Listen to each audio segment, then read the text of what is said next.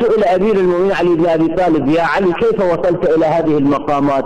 قال: وقفت على باب قلبي ولم أدخل في قلبي سوى ربي.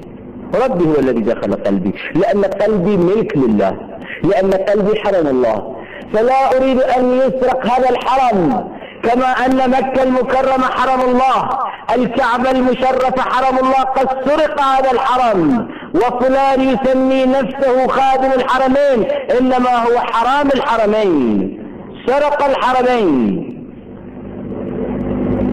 فسرق هذا الحرم. كذلك القلب يسرق، الشيطان يسرق قلب المؤمن.